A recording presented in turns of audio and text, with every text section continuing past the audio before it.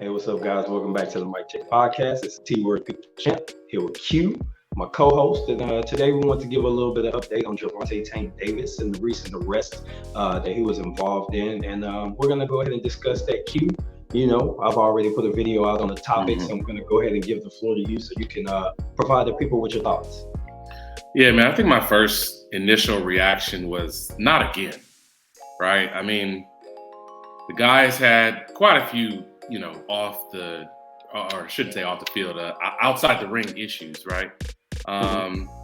And you would think that over time, as you get older, as you mature, as you kind of come into your own, where, when you're in your early 20s, you may not necessarily be, a man per se from a decision-making standpoint, while you're a man legally in your early 20s.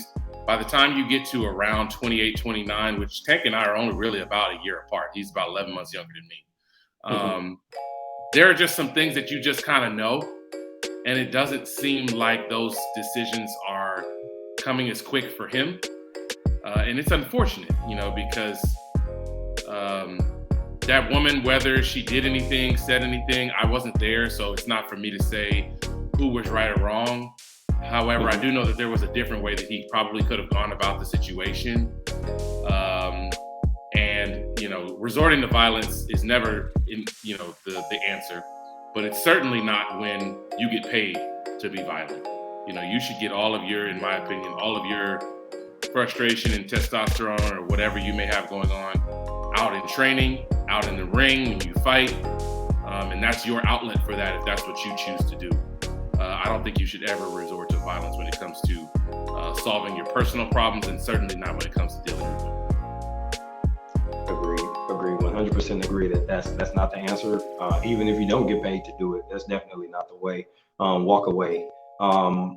As a aside to something that I mentioned in the video yesterday that I published, part of what I look at is how he got here. So once you're in a situation, sometimes you need to reverse engineer to figure out, like, was there something that was missed that could have made this turn out a different way, something that could have impacted the outcome. And I think that there's a couple of things. Number one, we're talking about a young man who came from a severely broken home and troubled background, and his mentor is actually in the same business as him, who has limited time to really influence him, who also lost a son to violence, right?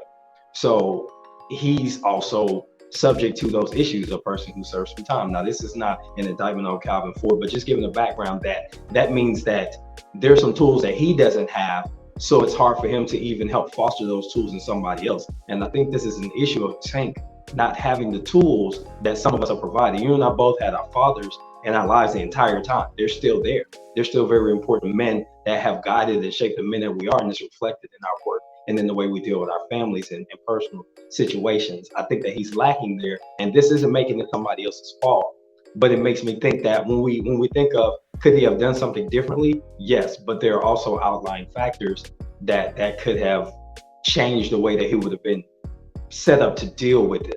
Doesn't excuse because this is still alleged, if there was actually physical abuse that went on, if there was actual violence that went on, he should pay the penalty for his crimes or whatever. But definitely something that we have to kind of investigate and figure out exactly what happened. But it does just give you, it's one of those things where all the people are saying, like, if your name keeps coming up in something, you're automatically going to at some point lose the benefit of the doubt. And I believe that's what's happening in this particular case. He's lost the benefit of the doubt because it's too much of the same thing. And everybody's saying, when there's smoke, there's fire. Now, just because you stole 10 candy bars doesn't mean you stole the 11. However, you're probably putting yourself in a position to get accused, and your history isn't helping you at all. But it also shouldn't hurt you, and you should be innocent until proven guilty. But that's my basic opinion on that. I think it's more than just him making a bad decision in this regard. He's probably got 100 bad decisions that we never hear about, and a lot of it is based on the environment that he came from. Yeah, man, I think the thing that all the fans need to, be specifically aware of is there's one thing called court opinion, right? Or what opinion or what verdict is given in court. And then there's the court of public opinion. And those are two very distinctly different things. Legally, he is within his right to still be considered innocent. I still will assume that he's innocent.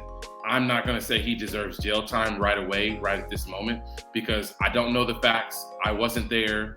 I'm not the woman who claims that she was hit by him. I don't know what led up to the incident.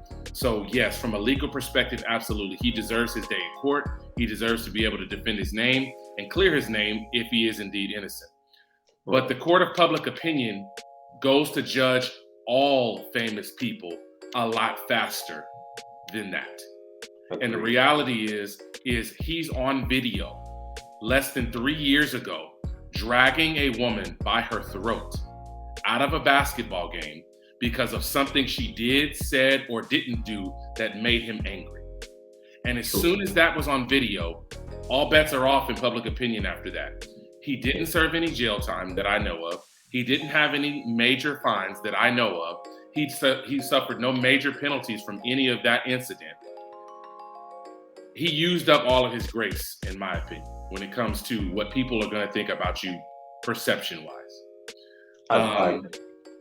Unfortunately, there have been a number of situations that have happened since then, and for some reason, they all loop back to some woman involved. And to me, that tells me that he has there's something missing in his psyche or in his personality or in his ability to read character, that he's constantly being surrounded or involved with women who are either problematic or he and them mixed together become problematic. Yeah, absolutely. Both you and I are married. And the one thing you can say when you get married is you know that the partner you're choosing, you know them well enough.